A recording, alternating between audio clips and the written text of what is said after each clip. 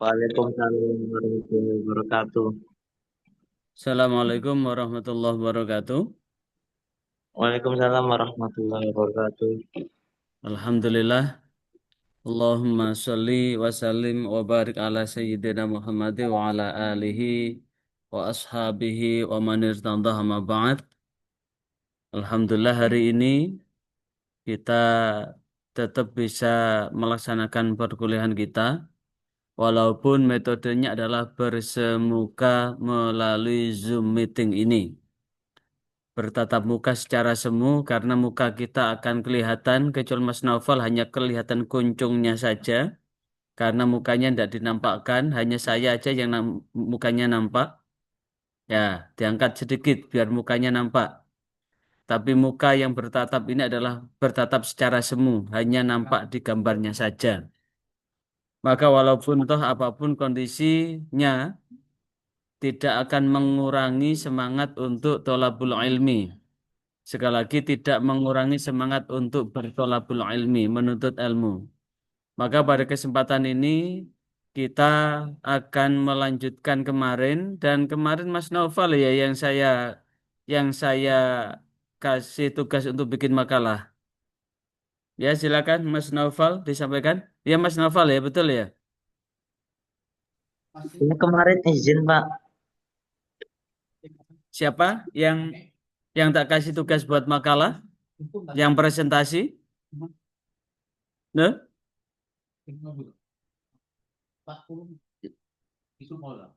Mas Mbak Ismi, siapa Mbak Ismi kemarin? Mbak Ismi?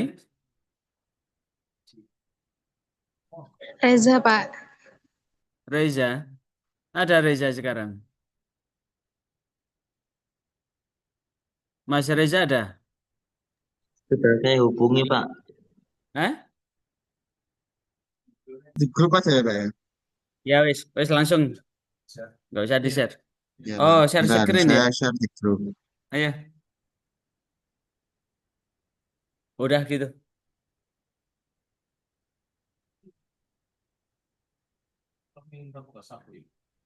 Udah ya, langsung. Ini belum terbentuk. Ya,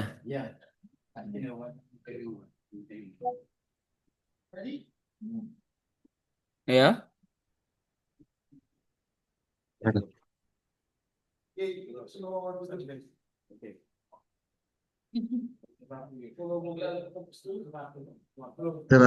sudah saya share di grup Pak. Ya wis, wis langsung disampaikan. Ya Bismillahirrahmanirrahim. Assalamualaikum warahmatullahi wabarakatuh. Waalaikumsalam warahmatullahi wabarakatuh. Saya di sini akan menyampaikan makalah saya tentang perbandingan prinsip Iya. dan syarat waris dalam berbagai sistem hukum. Mm-mm.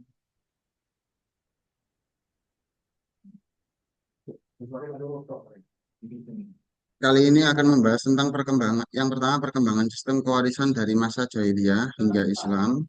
Kemudian kewarisan dalam hukum adat dan hukum perdata, sebab rukun dan syarat kewarisan dalam Islam, dan perbandingan prinsip dan konsep keadilan.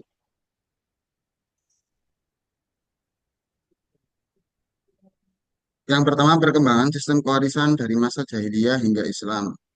Sistem kewarisan pada masa jahiliyah. Sistem kewarisan pada masa jahiliyah dibangun di atas struktur masyarakat suku yang menekankan kekuatan fisik dan perlindungan terhadap kabilah. Jadi dalam masa jahiliyah, sistem kewarisannya itu siapa yang kuat itulah yang dapat warisan. Jadi modelnya seperti masih hukum rimba lah. Siapa yang kuat itulah yang berkuasa. Karena itu hanya laki-laki dewasa yang mampu berperang dan membela kelompoknya yang dianggap layak menerima warisan. Perempuan, anak-anak, bahkan istri dan pewaris tidak memperoleh bagian karena dianggap tidak memiliki kontribusi dalam aspek pertahanan dan ekonomi kabilah. Dalam beberapa praktek, perempuan bahkan dapat diwariskan sebagai bagian dari harta peninggalan. Jadi, eh, di masa jahiliyah itu, bahkan perempuan itu bisa menjadi harta waris. Gitu. Adapun sebab-sebab kewarisan pada masa tersebut meliputi yang pertama hubungan kerabatan dari garis laki-laki. Yang kedua perjanjian setia. Seorang dapat mewarisi karena adanya perjanjian, perlindungan, atau kesetiaan antar individu. Jadi meskipun tidak memiliki hubungan kekerabatan, bisa menjadi ahli waris. Kemudian pengangkatan anak yang menyamakan kedudukan anak angkat dengan anak kandung. Jadi itu intinya di masa jahiliyah hukum waris itu jatuh atau waris itu hak apa harta waris itu jatuh pada siapapun yang kuat gitu, yang memiliki kekuatan. Sistem ini menunjukkan bahwa keadilan dipahami secara sempit, yakni berdasarkan kekuatan dan status sosial, bukan berdasarkan hak individual dalam keluarga. Kemudian yang kedua, sistem kewarisan pada masa awal Islam. Pada masa awal Islam terjadi fase transisi dari sistem lama menuju sistem yang ditetapkan oleh wahyu. Pada periode ini, pewarisan masih dipengaruhi praktek sebelumnya, namun mulai diarahkan pada prinsip keadilan yang lebih luas. Jadi masih ada sistem-sistem yang sama seperti jahiliyah. Beberapa bentuk pewarisan yang berlaku pada awal Islam antara lain pewarisan berdasarkan persaudaraan antara kaum muhajirin dan ansor, dan pewarisan melalui wasiat. Jadi sudah ada wasiat-wasiat kalau pada masa awal Islam. Namun sistem tersebut bersifat sementara. Setelah turunnya ayat-ayat kewarisan dalam Al-Quran surat An-Nisa ayat 11, 12, dan 176, ketentuan kewarisan menjadi lebih sistematis dan permanen. Ayat-ayat tersebut menetapkan bagian tertentu bagi ahli waris, termasuk perempuan dan anak-anak. Perubahan ini menunjukkan reformasi sosial besar karena Islam menghapus diskriminasi berbasis gender dalam hak waris. Jadi dalam sistem kewarisan pada masa awal Islam itu masih ada bekas masa jahiliyahnya. Jadi belum sepenuhnya didapatkan oleh ahli waris. Masih siapa yang kuat itu yang bisa diwariskan. Tapi sudah ada kayak wasiat, kemudian diwariskan pada kekerabatan itu sudah ada. Kemudian sistem kewarisan dalam Islam. Sistem kewarisan dalam Islam memiliki karakteristik utama berupa kepastian hukum, kejelasan bagian, dan keseimbangan antara hak dan kewajiban. Sebab-sebab kewarisan dalam Islam yang pertama hubungan nasab. Nasab yakni keturunan. Kemudian hubungan perkawinan yang sah, jadi suami istri bisa saling mewaris. Kemudian walak, hubungan karena memerdekakan budak. Islam juga membagi ahli waris ke dalam beberapa kategori seperti zawil furud, orang-orang yang jelas-jelas atau yang pasti mendapatkan harta warisan. Kemudian asobah, harta sisa. Kemudian zawil arham, kerabat jauh dalam kondisi tertentu tadi. Selain itu, pembagian warisan dilakukan setelah yang pertama biaya pemakaman diselesaikan, hutang pewaris dibayar, dan wasiat telah dilaksanakan. Dengan demikian, sistem kewarisan Islam tidak hanya mengatur pembagian, tetapi juga urutan penyelesaian hak-hak yang melekat pada harta peninggalan. Jadi, harta waris bisa dibagi ketika sudah hak-hak yang melekat pada harta peninggalan itu sudah dipenuhi, sudah dilaksanakan lah, kayak tadi biaya pemakaman, hutang, dan lain-lain. Kemudian, kewarisan dalam hukum adat dan hukum perdata. Kewarisan dalam hukum adat di Indonesia tidak bersifat tunggal, melainkan bergantung pada sistem kekerabatan masyarakat. Macam-macamnya sistem waris pada hukum adat. Yang pertama sistem patrilineal, yakni mengikuti garis ayah. Jadi yang mendapatkan hak waris atau mendapatkan harta waris itu eh, orang-orang dari keturunan ayah.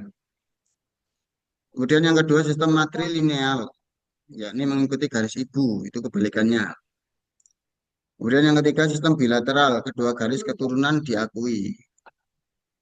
Dalam sistem bilateral, laki-laki dan perempuan pada umumnya memperoleh bagian yang relatif sama. Namun dalam sistem patrilineal atau matrilineal, salah satu garis keturunan bisa lebih dominan. Jadi yang seolah-olah yang adil dalam sistem kewarisan hukum adat ini yang bilateral karena antara laki-laki dan perempuan keduanya itu bisa memperoleh bagian. Konsep keadilan dalam hukum adat sangat dipengaruhi oleh struktur sosial dan tradisi masyarakat setempat. Jadi ya tergantung tradisinya nanti, tradisi adatnya. Kemudian kewarisan dalam hukum perdata. Dalam hukum perdata, Burgerlijk Wetboek BW, pewarisan didasarkan pada hubungan keluarga dan prinsip persamaan hak. Laki-laki dan perempuan memiliki kedudukan yang sama dalam menerima warisan. Jadi menurut menurut hukum perdata ini setiap orang itu berhak mendapatkan harta warisan, tidak memandang gender. Ahli waris dibagi dalam beberapa golongan. Jadi dalam BW atau hukum perdata itu ada golongan satu, golongan dua, golongan tiga, tergantung eh, dekat jauhnya kerabat, sifat kerabat. Yang golongan pertama yakni suami atau istri dan anak. Yang golongan kedua orang tua dan saudara, golongan ketiga kakek nenek, dan golongan keempat kerabat dan lain-lain. Prinsip keadilan dalam hukum perdata cenderung dimaknai sebagai kesetaraan formal di depan hukum tanpa mempertimbangkan perbedaan tanggung jawab ekonomi. Jadi di sini intinya dalam hukum perdata itu untuk masalah waris itu dibagi rata. Maksudnya nggak memandang tanggung jawab ekonomi. Beda dengan hukum Islam kan. Kalau hukum Islam kan dipandang kan tanggung jawab ekonominya. Seperti kalau laki-laki karena dia memiliki tanggung jawab yang lebih besar daripada perempuan dikasih lebih banyak gitu. Tapi kalau di hukum perdata nggak gitu, disamakan. Kemudian sebab rukun dan syarat kewarisan dalam Islam. Agar kewarisan dapat terjadi harus terpenuhi unsur-unsur berikut. Yang pertama sebab kewarisan antara lain nasab, perkawinan, dan walak yang tadi. Kemudian rukun kewarisan, adanya pewaris, terus adanya ahli waris, dan ketiga adanya harta warisan. Yang ketiga syarat kewarisan, syarat-syarat kewarisan itu adalah pewaris setelah meninggal dunia, baik secara nyata maupun berdasarkan putusan hakim. Kemudian ahli waris masih hidup pada saat pewaris meninggal, termasuk janin dalam kandungan. Jadi janin yang masih dalam kandungan, kemudian misal ditinggal ayahnya itu juga mendapatkan warisan. Yang ketiga tidak adanya penghalang waris, seperti pembunuhan terhadap pewaris atau perbedaan agama. Yang terakhir, perbandingan prinsip dan konsep keadilan. Apabila dibandingkan secara menyeluruh, terlihat bahwa setiap sistem hukum memiliki landasan filosofis yang berbeda dalam memaknai keadilan dalam kewarisan. Pada masa jahiliyah, keadilan dipahami berdasarkan kekuatan dan kemampuan menjaga kabilah, sehingga hanya laki-laki dewasa yang dianggap layak menerima warisan. Perempuan dan anak-anak tidak diberi hak karena tidak dipandang memiliki peran sosial yang signifikan dalam struktur masyarakat saat itu. Islam kemudian mengubah paradigma tersebut dengan menetapkan sistem kewarisan yang bersumber dari wahyu. Sebagaimana diatur dalam Al-Quran, Islam tidak mendasarkan hak waris pada kekuatan fisik, tetapi pada hubungan hukum yang sah serta tanggung jawab masing-masing ahli waris. Oleh karena itu, pembagian dalam Islam bersifat proporsional, bukan diskriminatif, dan bukan pula sekadar sama rata, melainkan disesuaikan dengan beban kewajiban yang melekat pada setiap pihak. Sementara itu, hukum adat memaknai keadilan berdasarkan struktur kekerabatan yang hidup dalam masyarakat. Intinya, konsep keadilan dalam sistem hukum, beberapa sistem hukum itu berbeda-beda. Menurut hukum perdata ini adil, tapi kalau menurut hukum Islam, seperti apa sistem hukum perdatanya nggak terlalu adil gitu. Jadi pandangan keadilannya itu berbeda-beda. Kesimpulannya, sistem kewarisan mengalami perkembangan yang signifikan dari masa ke masa. Pada masa jahiliyah, kewarisan didasarkan pada kekuatan dan struktur patriarki. Memasuki awal Islam, terjadi fase transisi dalam pengaturan kewarisan. Kewarisan masih dipengaruhi oleh praktek sebelumnya. Namun setelah turunnya ketentuan kewarisan dalam Al-Quran, sistem tersebut disempurnakan dengan aturan yang jelas dan terperinci. Kemudian hukum adat dan hukum perdata mengatur kewarisan dengan pendekatan berbeda, menyesuaikan pembagian warisan dengan sistem kekerabatan yang dianut masyarakat. Dengan demikian dapat dipahami bahwa setiap sistem hukum memiliki dasar dan tujuan masing-masing dalam mengatur kewarisan. Perbandingan ini penting agar masyarakat mampu memahami perbedaan tersebut secara objektif serta menerapkannya sesuai dengan ketentuan hukum yang berlaku. Jadi kalau bahas masalah keadilan sebenarnya semuanya adil, cuman tergantung dipandangnya gimana. Tergantung sisi memandangnya seperti apa. Mungkin cukup sekian yang dapat saya sampaikan. Bagi teman-teman yang ingin mengajukan pertanyaan atau Oke, memiliki lanjut. pemahaman yang berbeda, monggo disampaikan. Siapa yang mau menanggapi? Mbak Ismi, Mas Noval, silakan. Halo, Volume nanti. Izin bertanya, Pak. ya silakan. Pak, semisal ya, seorang ayah itu punya hutang, kemudian hartanya itu kan diwariskan kepada beberapa anaknya. Nah, apakah nanti harta warisan anaknya itu nanti dipotong itu Pak buat melunasi hutang-hutang ayahnya yang dulu? Ya. Ya, silakan ditanggapi, Mas Reza. Bentar Pak, ditampung dulu aja Pak. Iya, ya langsung Sambil dijawab aja, langsung dijawab.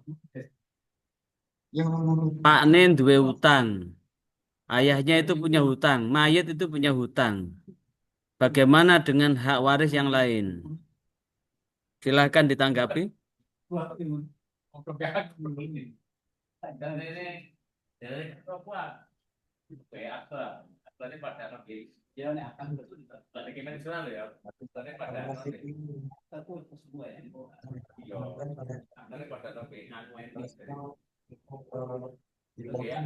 Ya, ya silakan.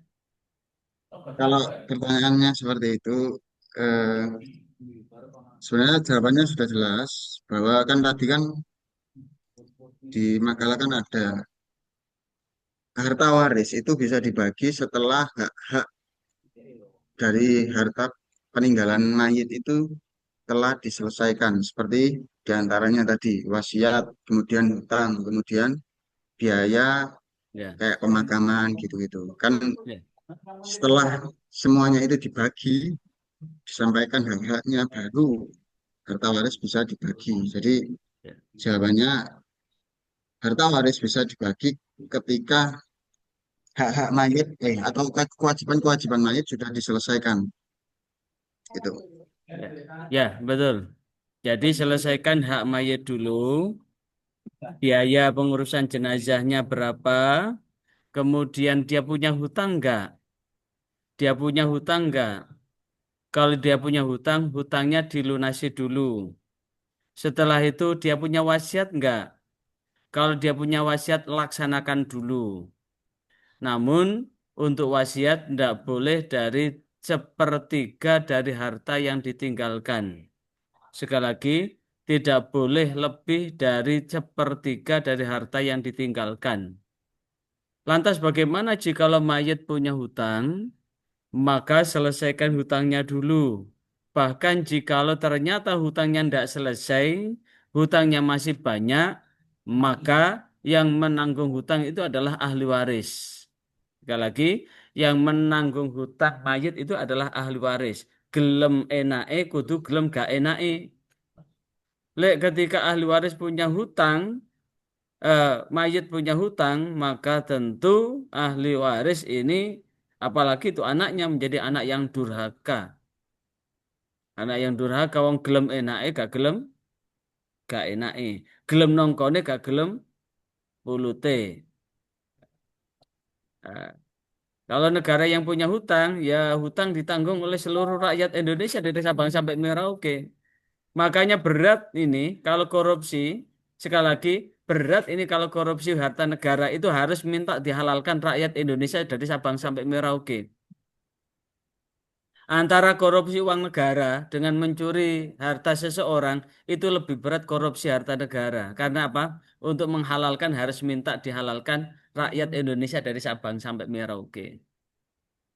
Lah kalau negara punya hutang, ya yang nanggung hutang ya per kepala dari rakyat Indonesia itu. Tinggal hutangnya karena apa? Salah praktek atau salah salah urus? Karena hutang itu akan dibawa bukan hanya sampai mati, tapi di akhirat. Makanya satu ketika Rasulullah Shallallahu Alaihi Wasallam mendapati sahabat yang menanggung hutang, Rasulullah tidak mau merawat jenazah itu, dibiarkan sama Rasulullah. Kenapa? Mayit yang punya hutang itu rohnya, rohnya tidak bisa naik itu, gentayangan itu rohnya itu. Maka setelah setelah hutangnya diselesaikan, baru Rasulullah merawat jenazah itu. Dan dari yang terjadi itu ini menunjukkan bahwa hutang itu penting. Gelem utange ya kudu gelem nyaure. Ojo sampai utange gampang nyaure gak balik-balik. Bahaya itu, bahaya. Jadi orang meninggalkan hutang, piutang itu soro donya, soro akhirat nang donya ini soro karena apa? Hidupnya nggak tenang. Di akhirat, wah, dihimpit oleh bumi ini karena hutang piutang yang sedang ditanggung itu. Lah, orang hutang lali-lali lek utang, wong masih sadar saat hutang.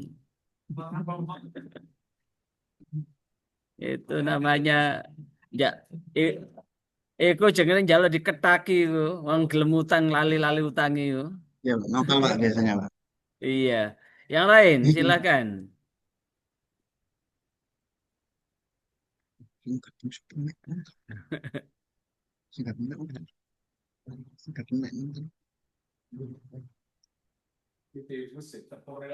Ini untuk persiapan besok ya. Siapa lagi? Mas Naufal ya. Ya Yang Pak, novel Pak. Rabu yang akan datang, persiapkan ini Mas Naufal. Yang itu sudah tak kirim di grup ya. Mas Naufal ya. Rabu depan Mas Naufal yang nyiapkan makalah. Yang ketiga Ya, yaitu bahas ini Mas Naufal. Penghalang-penghalang kewarisan. Jadi judulnya adalah hal-hal yang menghalangi untuk dapat warisan.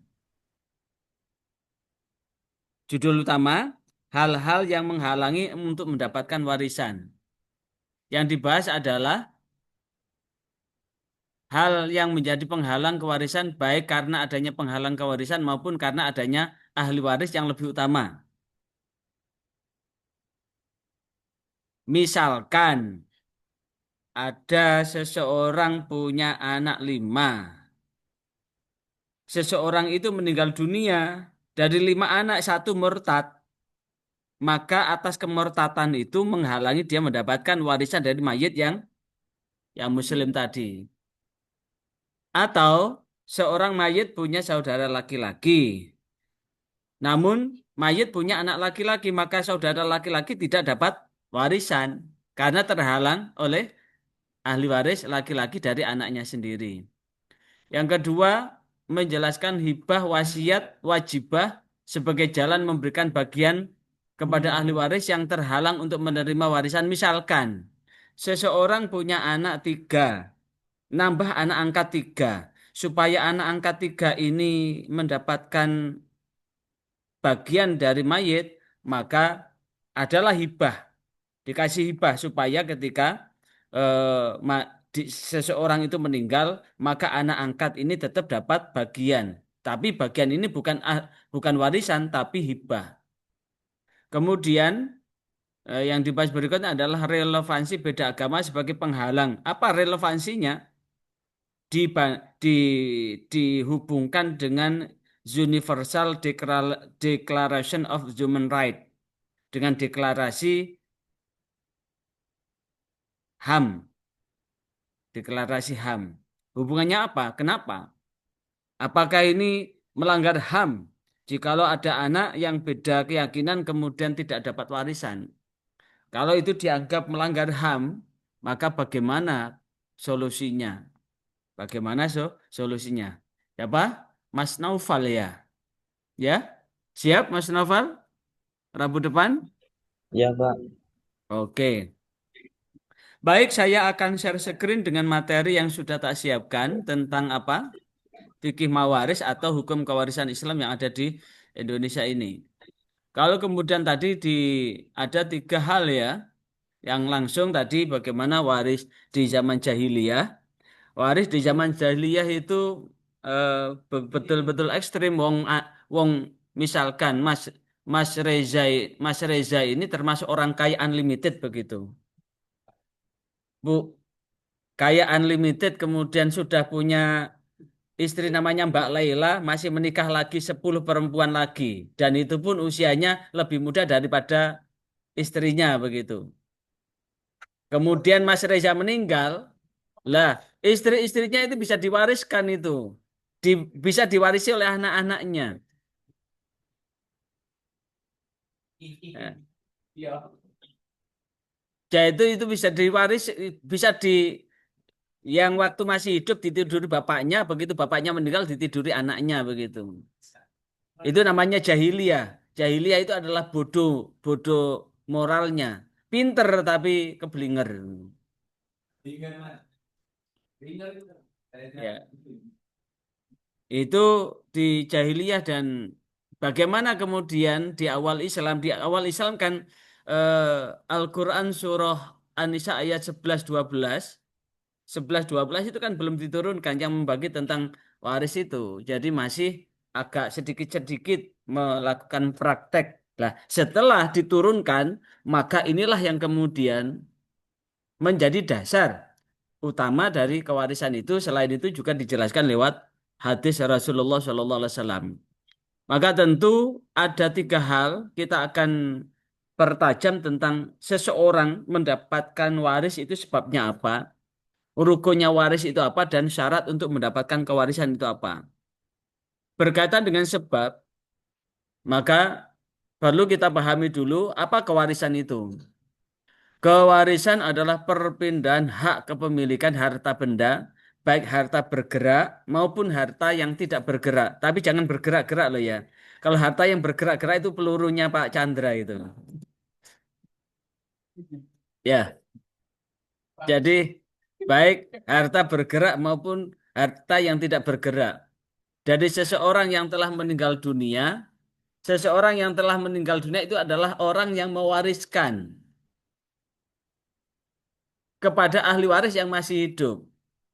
Berarti kalau seseorang itu punya istri, istrinya adalah termasuk orang yang diwariskan. Punya bapak ibu, maka bapak ibu adalah ahli warisnya. Punya anak, anaknya ini adalah ahli waris. Punya saudara, laki-laki maupun perempuan, ini adalah ahli waris. Jadi yang mewariskan adalah yang meninggal, dan yang meninggal itu punya harta.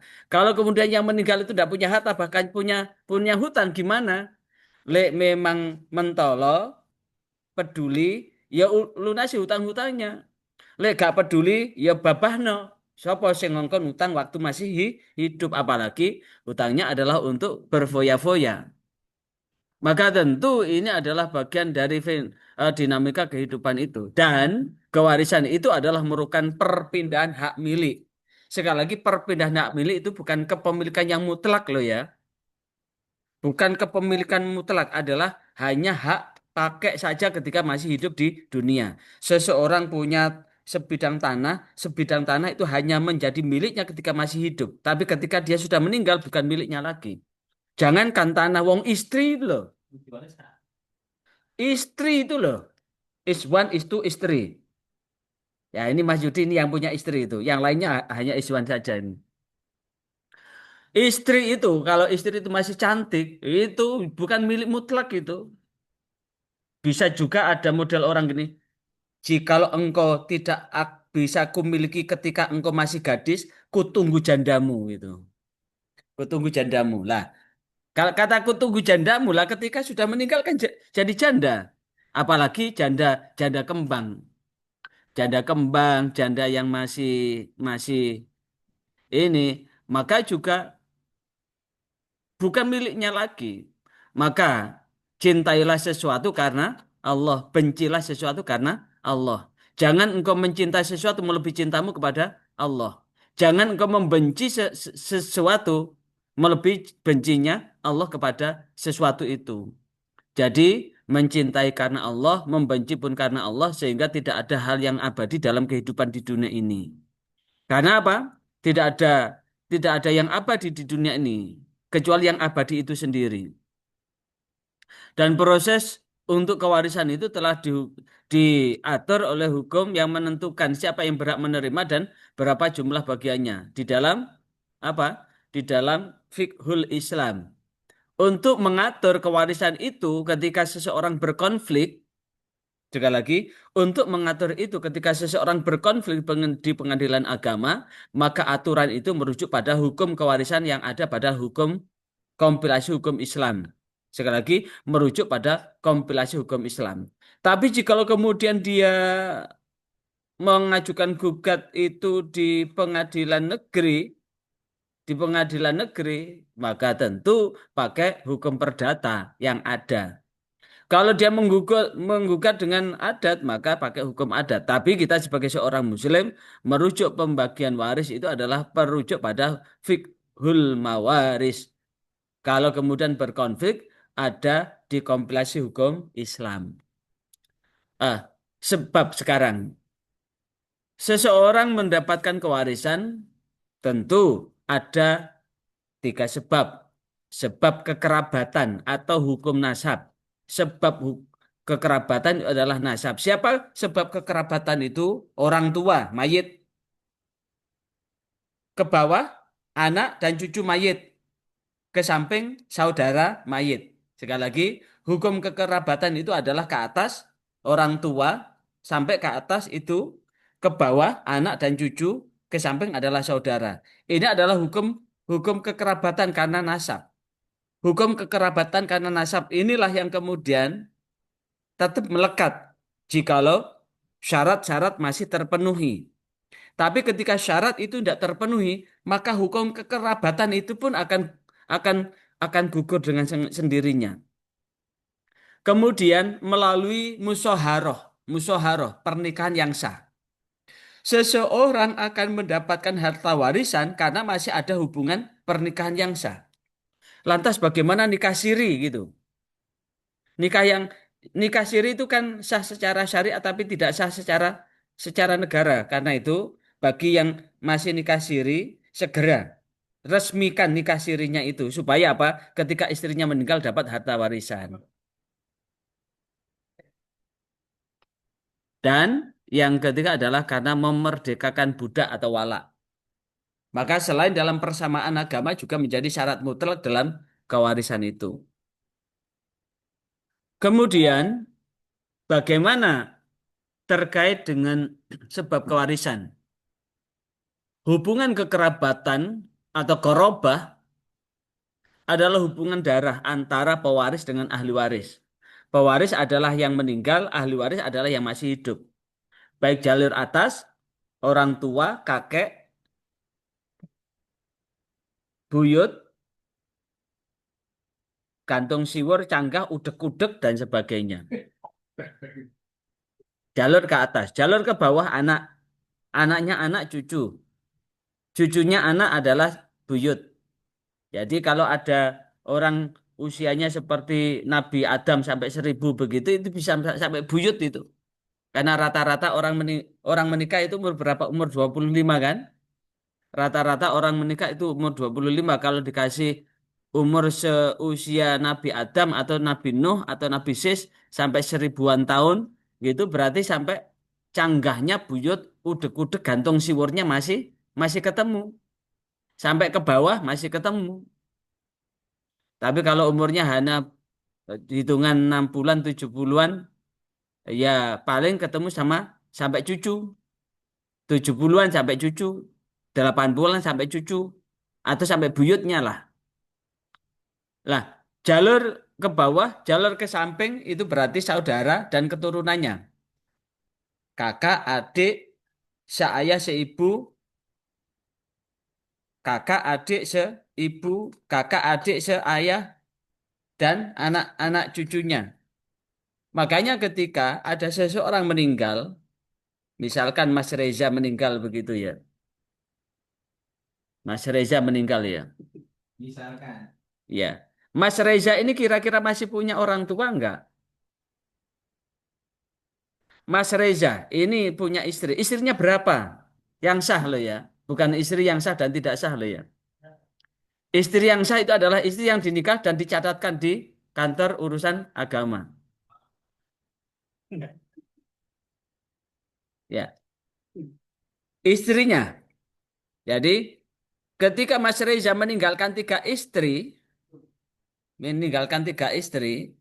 maka kemudian dari tiga istri ini punya anak enggak?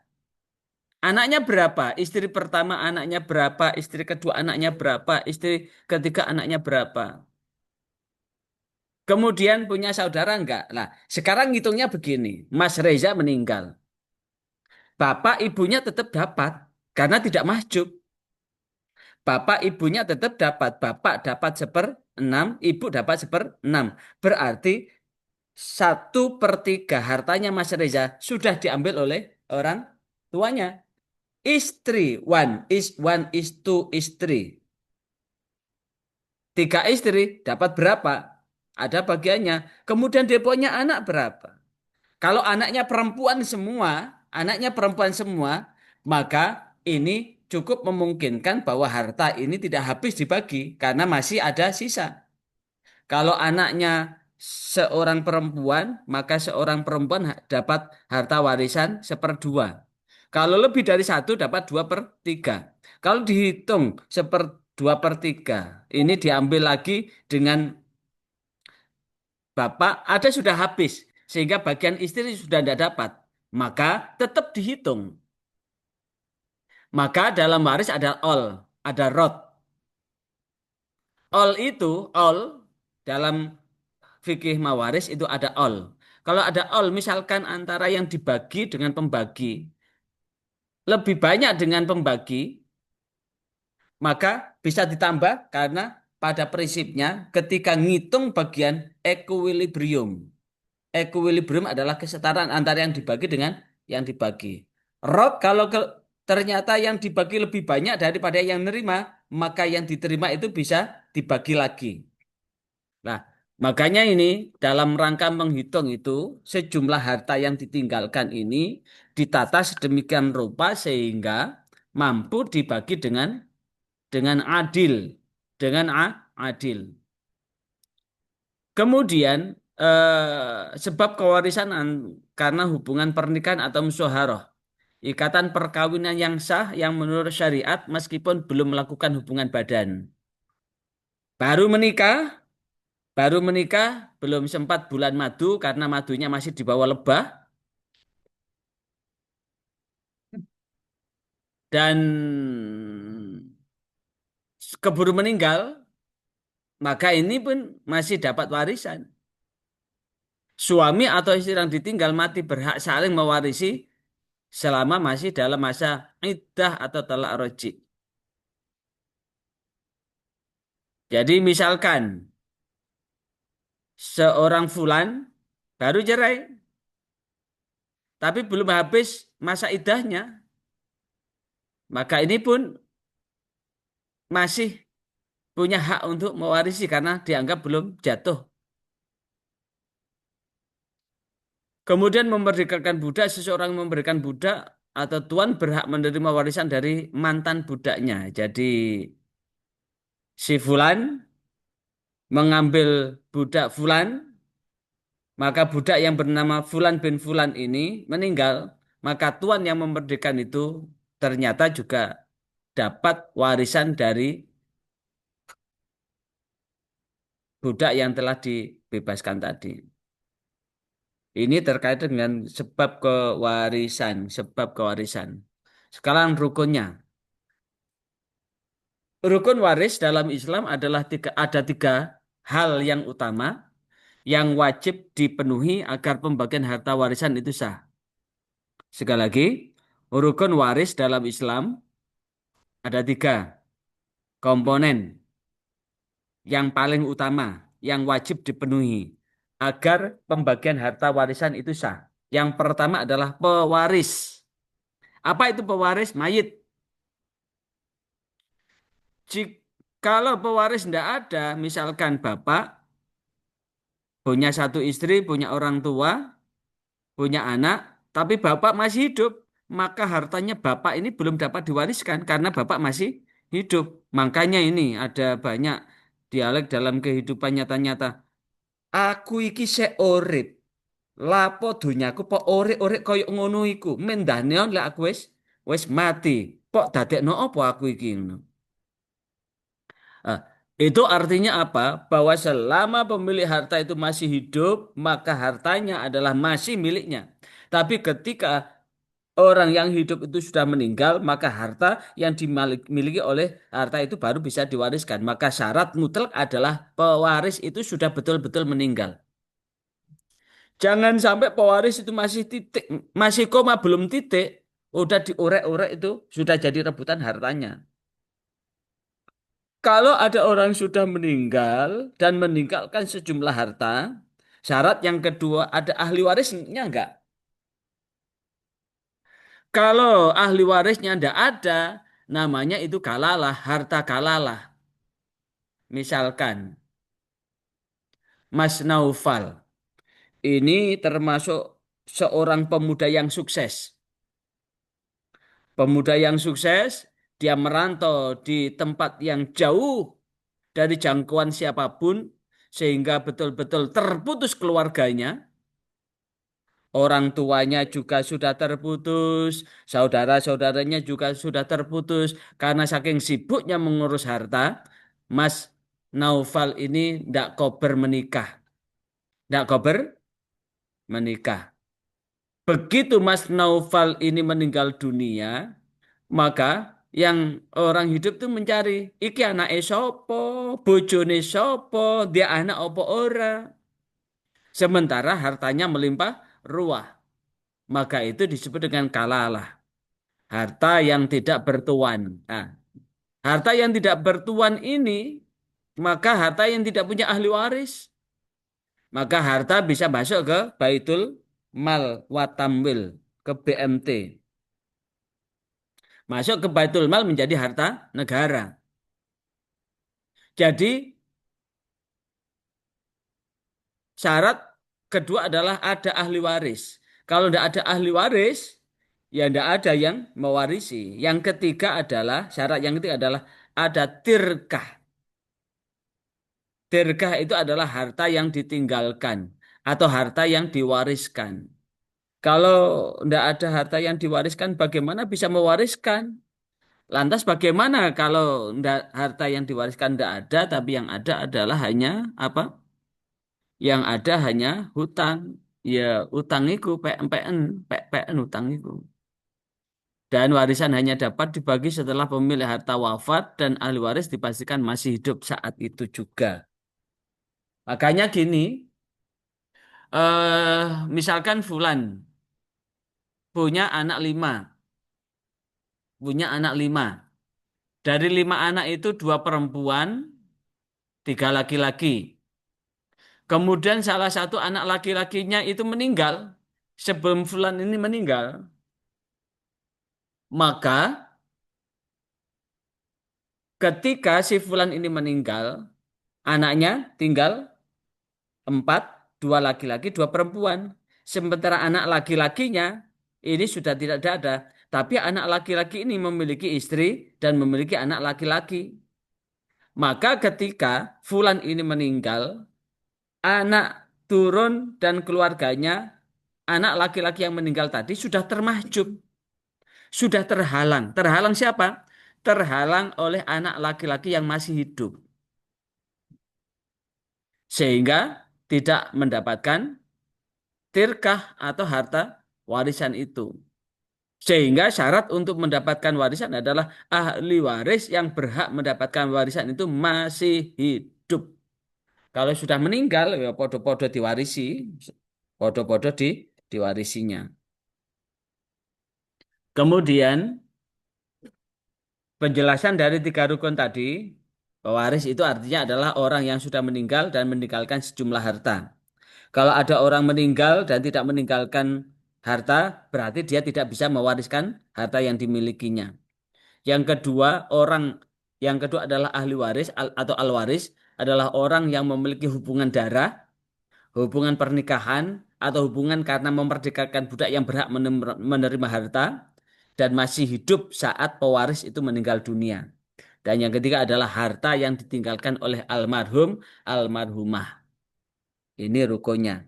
Tidak ada satu berarti tidak bisa ditegakkan. Sekali lagi, salah satu tidak ada berarti fiqhul mawaris tidak bisa ditegakkan. Kemudian syarat-syarat kewarisan. Syarat kewarisan itu ada 4.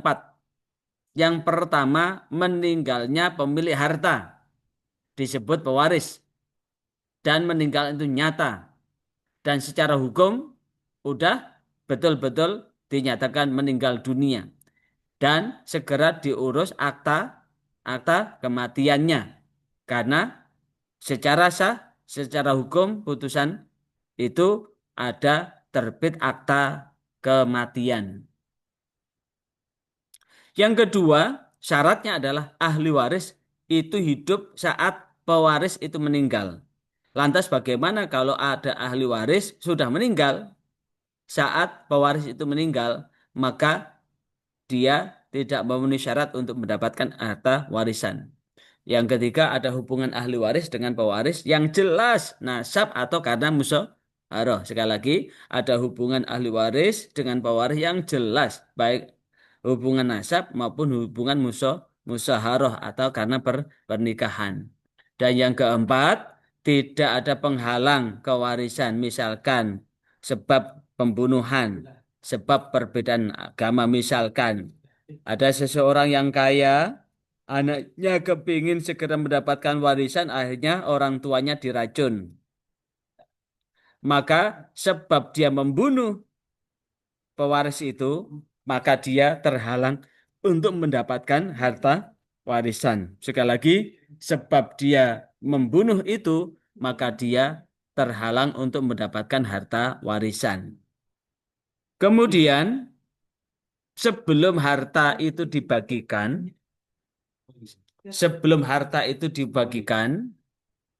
maka hal yang harus dilakukan satu, urus biaya pengurusan jenazahnya. Bila perlu kalau ada selamat kirim doa sehari, 2 hari, 3 hari, 4 hari, 6 hari, 7 hari, masukkan itu sebagai haknya mayit untuk mendapatkan doa-doanya. Dimasukkan di situ. Setelah pengurusan jenazah, penguburan selesai, cari ini punya hutang enggak? Hutang piutangnya selesaikan dulu. Yang ketiga, wasiat. Wasiat. Wasiat. Punya wasiat enggak? Kalau dia punya wasiat, laksanakan wasiat. Ketika ini selesai, baru diselesaikan tirkahnya atau harta warisannya. Dari sini ada yang ditanyakan? Halo? Turu kabeh iki. Boten, Kok Pak. iso iku lho.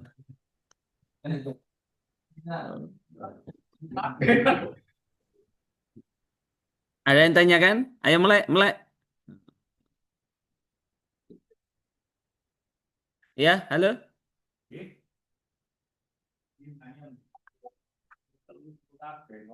Ada yang tanyakan? Pas, Pak, pas. Waduh, Halo, Pak. ya, silakan Mas Naufal. Eh, itu, Pak. Ya, gimana? Yang itu saya kurang paham yang asoba itu, Pak. Ya, kenapa? Itu asoba itu harta warisan sisa atau harta warisan itu diberikan kepada ke siapa, Pak? Ya, asobah. Kata asobah itu bukan semata-mata sisa, Mas. Kata asobah itu bukan semata-mata sisa. Tapi kata asobah itu pengunci harta warisan.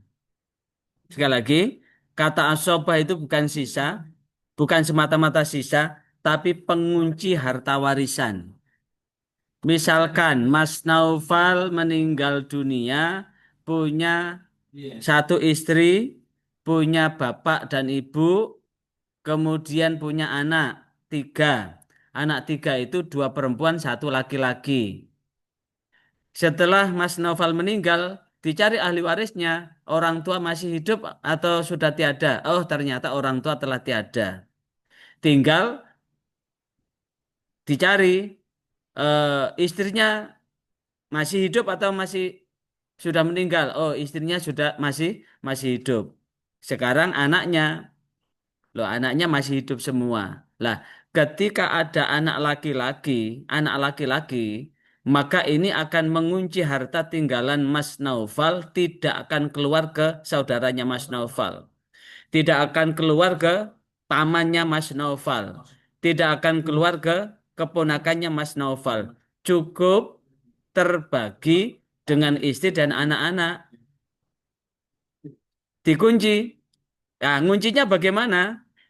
Nguncinya pertama istri. Kalau punya kalau tidak punya anak bagiannya berapa? Istri kalau punya anak bagian kalau tidak punya anak bagiannya berapa? 1/4. Kalau punya anak 1/8.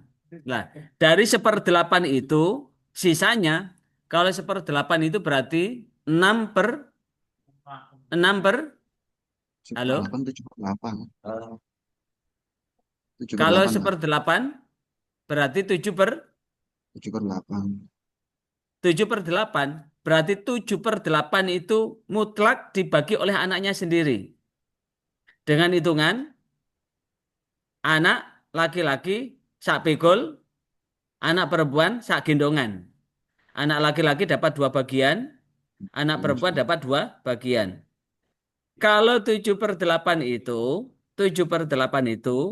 berarti ada 2 anak perempuan kan? 2 anak perempuan. 2 anak perempuan itu berarti dapat 1 bagian. Anak laki-laki dapat 2 bagian. Nah, anak laki-laki ini disebut dengan asobah linafsi. Dia mengunci karena dirinya. Anak perempuan adalah asobah lighairih. Dia dapat asobah karena yang lain.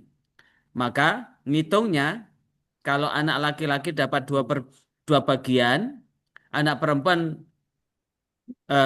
kalau anak laki-laki dapat 1 bagian, anak perempuan 2 bagian, maka tinggal itu jadi 4. Jadi 4. Sisanya dari 7/8 langsung dibagi 4. Yang 2 bagian diambil oleh anak laki-laki, yang 1 bagian masing-masing, 1 bagian adalah 2 perempuan. Sehingga ketika dibagi dari 1/8 itu sudah ada berapa? 7/8 langsung dibagi 4 ya. Dibagi 4 kurang 1. Kurang 1 berarti misalkan uangnya itu ada 80 juta ya. 80 juta berarti istri dapat 10 juta. Tinggal 70 juta. 70 juta itu langsung dibagi 4, Mas. 70 juta dibagi 4. Berapa itu? Halo? 70 dibagi 70 35, dibagi 17,5. dibagi 4. 17,5, Pak. Berarti 17,5. 17,5. Berarti anak perempuan masing-masing mendapatkan mendapatkan tujuh tujuh belas belas setengah koma lima juta. Sementara Ya, anak laki-laki dapat 35 35 juta. juta. Itu. Dapat 35 juta. Dari apa? Dari bagian bahwa harta atau tirkah atau harta warisan yang ditinggalkan oleh mayat tidak keluar kemana-mana. Makanya orang menikah itu kadang-kadang selama belum punya anak laki-laki terus nambah. Sampai anaknya 12 perempuan semua. Masih nambah lagi. Akhirnya Pak istrinya pegel aku. Ngelahirnya sampai rolas ini. Wes. Nah, masih ada kepingin punya anak perempuan karena apa? Supaya hartanya ndak keluar. Wong dengene wong anak itu Gusti Allah yang notoy. Masalah harta juga Allah yang menata. Yes, ya wis adanya begitu ya diterima. Yang paling penting adalah bagaimana ketika menikah anaknya lahir, anaknya bisa dibimbing dengan baik dan punya masa depan yang cerah begitu. Ya dikasih ilmu yang manfaat dan barokah agar apa? Ketika nanti orang tua sudah meninggal dia bisa cari harta sendiri. Ibarat seseorang pilih mana meninggalkan pancing dengan meninggalkan ikan. Maka tentu dididik yang bagus untuk mendapatkan ilmu yang bagus sehingga dengan ilmunya itu bisa bekerja mencari harta sendiri bukan semata-mata untuk menunggu warisan orang tua. Lah, ini kisah di dalam surah Al-Baqarah ini. Di dalam surah Al-Baqarah itu kan menceritakan ada dua entitas keluarga kan. Yang pertama ada keluarga yang bagus. Dia merawat anaknya, mendidik anaknya sehingga imannya kuat, akidahnya kuat, ibadahnya mantap, akhlaknya terpuji. Tapi tidak kaya. Dan dia tidak meninggalkan apa-apa, hanya seekor sapi. Anaknya dibilangi, nak, nanti kalau bapak sudah meninggal ya nak ya, kalau kita orang tua ini sudah meninggal nak ya, kamu rawat sapi itu dengan baik. Jangan kurang seperti bapak ini merawat sapi itu. Dirawatlah sapi itu dengan baik. Akhirnya sapinya itu seperti digambarkan di dalam Al-Quran itu. Seperti digambarkan di dalam surah Al-Baqarah. Tapi di sisi yang lain, ada keluarga yang kaya. Anaknya kepingin segera mendapatkan warisan. Dan kemudian karena ngebet ingin dapat warisan, bapak ibunya dibunuh. Setelah dibunuh, ditaruh di perbatasan desa, dan kemudian setelah membunuh orang tuanya, anak ini teriak-teriak, tolong, tolong, tolong, orang tuaku dibunuh, orang tuaku dibunuh. Padahal yang membunuh dirinya itu namanya maling berteriak pencuri. Setelah itu, orang-orang dua desa itu berkumpul, ganti anak yang membunuh orang tuanya tadi menuduh penduduk desa itu membunuh orang tuanya. Maka kemudian tidak terima, wong tidak merasa akhirnya penduduk dua desa itu datang kepada Nabi Musa. Setelah datang kepada Nabi Musa mengadukan tentang kronologi kejadiannya, maka kemudian Nabi Musa memerintahkan untuk mencari sapi. Silahkan kamu cari sapi. Kemudian saat disuruh untuk mencari sapi, dia bertanya, sapi yang bagaimana? Maka Nabi Musa menjawab sapi yang demikian-demikian. Kemudian sapi yang bagaimana lagi agar aku tidak sapi yang demikian-demikian. Akhirnya betul-betul sapi yang dicari itu tidak sapi sembarangan. Sapi yang sangat istimewa. Begitu dia eh, orang tadi tidak sanggup, lah bagaimana kami bisa mencari sapi yang seperti itu? Makanya kalau orang dapat eh, perintah kemudian banyak tanya, itu namanya Bani Israel, nyerekelan, seneng nyerengkel. Wis seandainya dia langsung mencari sapi, kan bisa cari sapi sembarangan. Nah, itulah yang kemudian bahwa sebetulnya secara syariat, kalau waris belum meninggal, belum dapat diwariskan, dan jikalau kemudian dia ngebet untuk dapat warisan sehingga ahli warisnya dibunuh, maka orang yang membunuh itu terhalang untuk mendapatkan warisan. Nah, maka tentu substansi apa yang dapat kita ambil dalam kisah surah Al-Baqarah tadi, bukan berapa banyak harta yang kita tinggalkan, tapi bagaimana kita meninggalkan generasi yang kuat.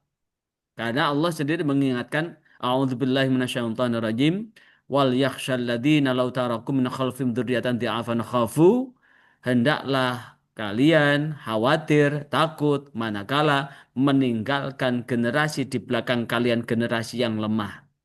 Generasi yang lemah yang paling difikirkan adalah lemah imannya, lemah akidahnya.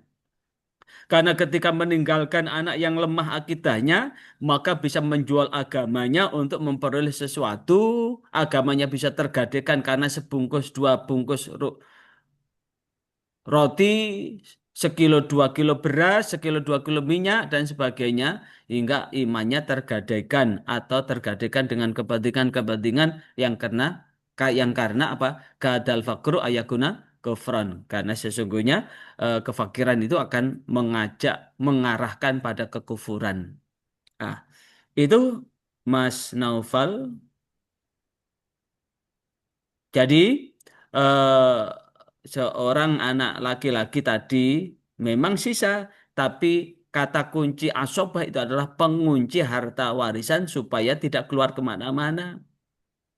Tapi jikalau sudah punya anak yang lebih dari cukup, jangan ngotot untuk cari anak perempuan. Toh nanti ketika anak perempuan dewasa akan ketemu anak laki-laki.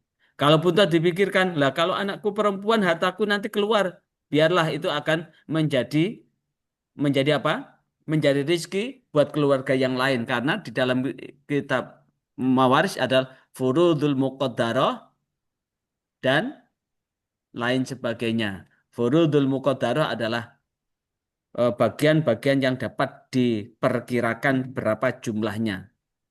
Zawil arham, bagian anggota keluarga yang tidak dapat warisan tapi kecipratan, welas asihnya dari harta itu. Dan yang paling penting adalah mudah-mudahan ya, harta yang kita tinggalkan, harta yang kita kumpulkan dengan susah payahnya adalah harta yang barokah, harta yang manfaat ketika kita meninggal, anak-anak tidak akan berebut warisan kita. Soro kalau kita meninggalkan harta, tapi anak kita bertengkar memperebutkan harta warisan. Maka sebelum meninggal, sebelum nyawa masih selama masih nyawa masih jauh dari kerongkongan, sampaikan wasiat ke anak-anak. Nak, lek engko bapak wis mati nak yo, ojo sampai tukaran sak durur. Ojo sampai gegeran sak durur perkara warisan nak ya. Bapak iki dhisik iki mergawe golek sing halal nak. Ojo sampai ndadekno percekcokan di antara kalian. Misalkan sudah jelas supaya ndak bercerai-berai, wasiat aja, nak. Iki engko bapak iki wis bangun omah soro, nak bangun omah iki, nak. Tak wasiatno, omah iki engko tak kekno anakku sing gelem. Mbok menawa bapak iki engko mati ndisiki, isok gelem ngramut ibu. Mbok menawa ibu mati ndisiki, engko bapak dhewenan. Bapak dhewenan, bapak kepengen rabi mana apa enggak? Ini bapak kepengen rabi mana? Kadang-kadang bapak rabi anak nyanyi anak loh. Sekali lagi, bapak rabi mana? Kadang-kadang anaknya ngambil warisane, kemudian dibiarkan. Bahkan hak-hak bapak selaku orang tua. Maka wasiatkan buat anak yang masih open dengan orang tua. Iwis biar ini menjadi hak milik. Halo, tanda tangan hitam di atas putih. Anak yang lain, tanah sing nang kono iko ya lore kuburan iko nak ya, iku nggone sampeyan. Sing kidule kuburan nggone sampeyan. Sing kulone kuburan engko wakofno, ya. Wes iki wasiate bapak. Ojo sampai gegeran. Kenapa? Kalau sampai anak itu gegeran memperebutkan harta warisan, survei membuktikan loh ya, orang yang nakalan masalah harta warisan itu nggak dapat apa-apa, hanya dapat kesusahan, apalagi sampai mengabaikan kebirul walidainnya. Nah ini mumpung Ramadan ya, satu ketika sebagaimana saya ambil dari kitab Irsyadul Ibad, satu ketika Rasulullah Shallallahu Alaihi Wasallam naik di atas mimbar, kemudian saat di mimbar itu belum belum khutbah, Rasulullah belum memberi mauidhah, Rasulullah keburu amin, amin, amin. Sampai 3 kali. Loh, sahabat nyeletuk, ya Rasul, kenapa engkau belum khutbah kok sudah amin 3 kali? Rasulullah kemudian bilang, sahabat, aku iku mau pe khutbah, malaikat Jibril teko ngekei kabar, kabare apa? Sopo wonge ketemu Ramadan, mari ngono gak disepuro dosane. Lah Ramadan itu kan bulan Allah mengampuni dosanya kan. Tapi kenapa tidak diampuni? Karena dia tidak memanfaatkan ibadah di bulan Ramadan dengan sebaik-baiknya. Maka orang itu meninggal, masuk neraka dan semakin jauh dari Allah. Maka Rasulullah menjawab, amin. Mudah-mudahan Allah mengabulkan. Yang kedua, amin yang kedua. Sapa wonge sing duwe wong tuwa lorone sik urip utawa salah sijine sik urip, njur anak iku mau gak gelem birrul waliden, gak gelem bekti nang wong tuane, mongko Gusti Allah bakal nglebokno neraka. Tambah ngedono saka Gusti Allah. Rasulullah pun jawab amin. Muga-muga Allah ngijabahi. Ah, kalau kita hubungkan, ridha Allah bergantung pada ridha kedua orang tua. Murka Allah bergantung pada murka orang tua. Bahkan di dalam riwayat yang lain, orang tua adalah pintu surga yang paling lebar. Pintu surga yang paling tengah, yang paling lebar. Siapa yang kepingin masuk surga dengan pintu yang paling lebar itu, maka buktilah pada orang tua. Jikalau tidak ingin masuk pintu surga dari pintu yang paling lebar itu, maka abaikanlah dia.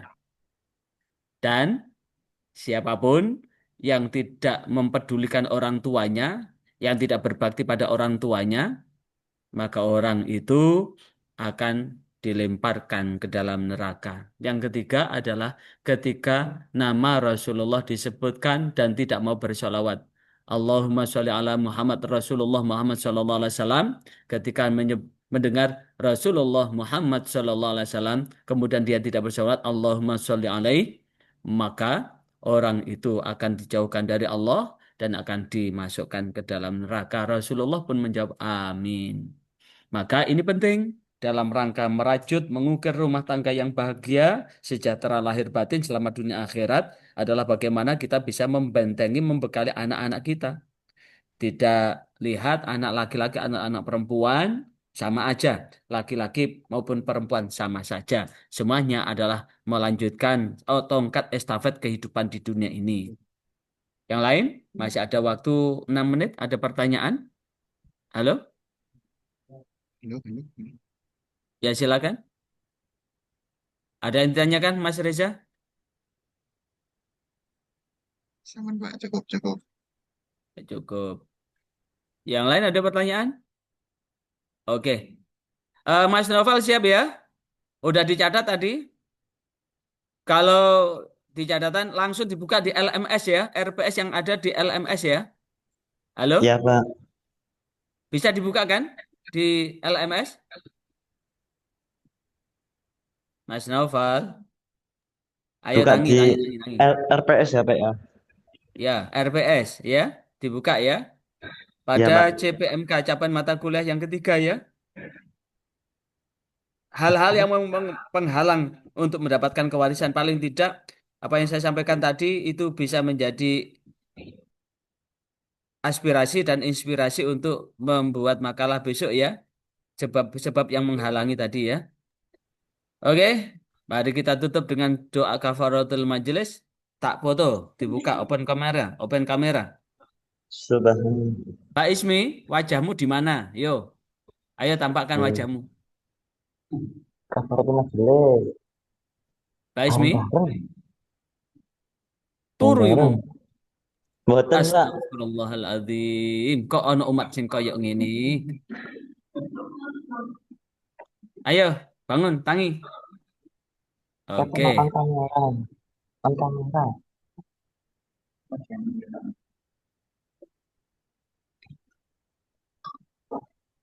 ya, kita tutup ya. Kafaratul majlis. Subhanakallahumma wa Subhanakallah bihamdika. wa Asyhadu an bihamdika la ilaha asyhadu illa an anta. la ilaha illa Astaghfiruka wa anta atubu ilaik. astaghfiruka ilaik. Bismillahirrahmanirrahim. Wal asri innal insana lafi khusrin Insana illa fi khusrin illa illa alladziina alladzina amanu aamanu wa amilus solihati wa wa amilus tawassaw bil solihati haqqi wa wa tawassaw bil tawassaw bis haqqi wa sabr. tawassaw bis sabr. Tolong diinformasikan yang kelas S1 hukum untuk gabung ya. Makanya insya Allah Rebu depan Zoom aja wes ya. Zoom aja ya. Enak ya. Soalnya itu Pak masih magang yang hukum. Yo gak apa-apa wong magang tunggu-tunggu tok ngono. Dimana tunggu-tunggu karo kuliah kan gak apa-apa. Saya tahu anak magang itu model kayak apa ngono. Ya, ndak akan menggali Iya kasus. Pak. Ya, anak magang. Gak apa-apa. Info Wong magang bos. kuliah dari jam 12 sampai setengah 2. Gak apa-apa, hubungi. Walaupun magang tidak menghalangi untuk tetap go. Iya, makanya kita fasilitasi masih pakai Zoom meeting ini supaya apa? Bisa ikut bareng-bareng kuliah. Boleh. Saya yang paling berat itu saya, Mas. Yang paling berat apalagi di S1 hukum nanti dia jadi pengacara. Pas bahasan masalah yang kita kuliahkan moro-moro ndak. Akhirnya apa? Makanya ilmu yang diambil duluan kan ilmu kewarisan. Allah mengambil ilmu pertama adalah ilmu kewarisan. Jadi ada orang membagi waris tidak berdasarkan ilmu, tapi membagi waris berdasarkan perasaan. Rumang saku iku lho ngono. Lek hukum berdasarkan perasaan itu ndak ada selesainya. Saya kira itu. Wassalamualaikum warahmatullahi wabarakatuh. Waalaikumsalam. Waalaikumsalam warahmatullahi wabarakatuh. Terima kasih Mbak Fani. Aku tak live ya Mbak Fani ya.